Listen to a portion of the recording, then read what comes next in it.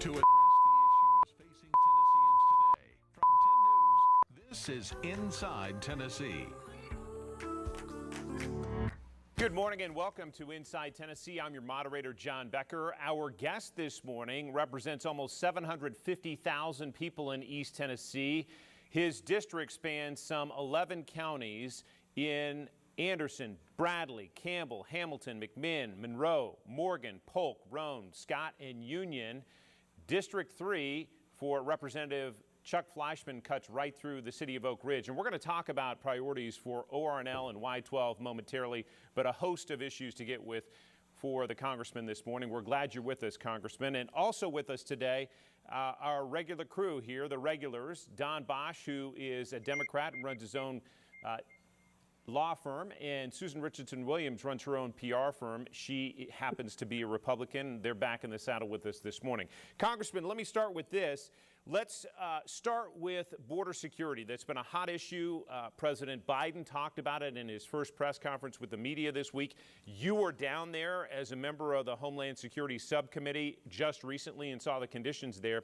One thing that you and President Biden do that is synonymous is call yourselves problem solvers.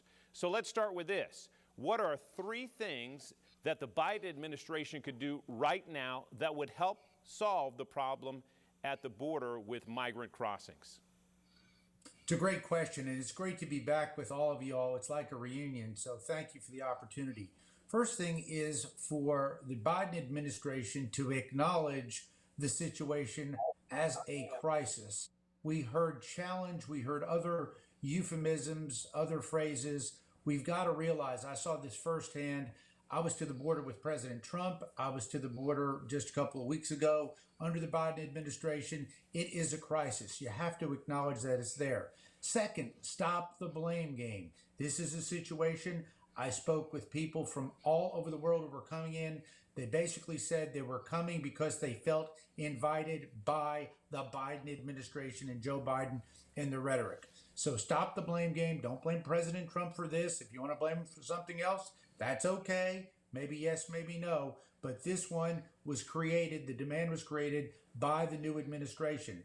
And the third thing is to stop the executive orders that are hurting the process and sit down with Republicans and Democrats, senators and members of the House, and come up with a comprehensive solution that does away with political messaging, that does away with feigned attempts at political correctness, and to make sure that we get this right for the American people. One quick follow-up on that, and then Susan, you jump in. President Biden said in his press conference this week, this is essentially a cyclical problem. If you look historically, presidents for years have had to deal with migrant crossings. There's no question it's a problem now. It has been a problem in the past. That's true. But one of the things that he says we should be doing is spending more money in countries in Central and South America to help stabilize living conditions there so that people in those countries don't feel the need to come up and come into the United States. Do you think that is a good strategy? It's part of a solution. Absolutely. There's no question that if you look at the Triangle countries, if you look at other countries in South America and from all across the world, we just caught 3 Yemenis about 2 weeks ago coming in, but dealing with the economic poverty that is there in El Salvador, Guatemala, Honduras, it's something that has been there and does need to be addressed. But the real problem, the humanitarian crisis, is that these families are being taken advantage of by coyotes, human traffickers, by people who have interest in drug cartels. It's a problem where human beings are being taken advantage of by corrupt individuals. Joe Biden's got to realize that, got to deal with that. I've seen it firsthand. And fortunately, some Democrats are now standing up and speaking out saying, look, this humanitarian crisis has got to stop. But will aid to these countries in building their governments and their economies help? Certainly it will. Susan? Let's talk a little bit locally. Chuck, you've been on appropriations since for the last several years. And Oak Ridge has certainly been benefited by having you on appropriations. I know you're also a proponent of nuclear energy. And we've talked about for several years, TVA and Oak Ridge have talked about small modular reactors. What's the status of that?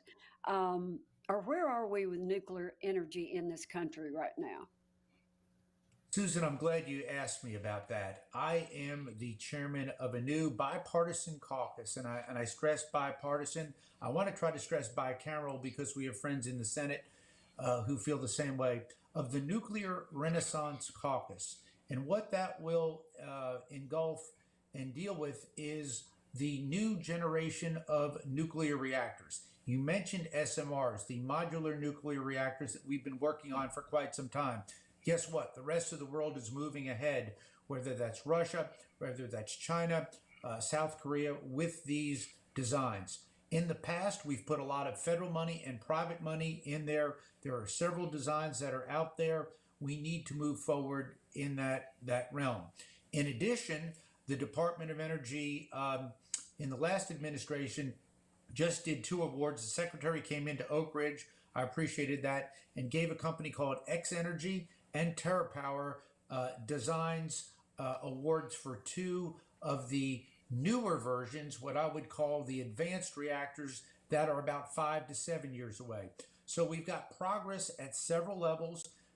Oak Ridge, my beloved city of Oak Ridge, is doing a great job on what we call micro reactors. We would call them colloquially trash can reactors. These are smaller reactors that are going to potential to serve not only DOE, Department of Energy requests, but also the Department of Defense. So nuclear is alive and well in the United States. Now that we have dealt with the issue of yucca, let's face it, President Trump and President Biden said yucca was dead. It wasn't going to happen. I was on the other side of that issue.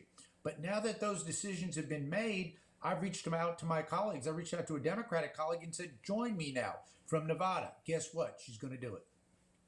Congressman, just a quick follow on that. We only have about 30 seconds before we need to take a break. But if you look at your Twitter handle, your pinned tweet, meaning one you want people to pay most attention to, says nuclear energy is the most reliable and effective source of carbon-free energy. Before we head to break, can you add it's the safest?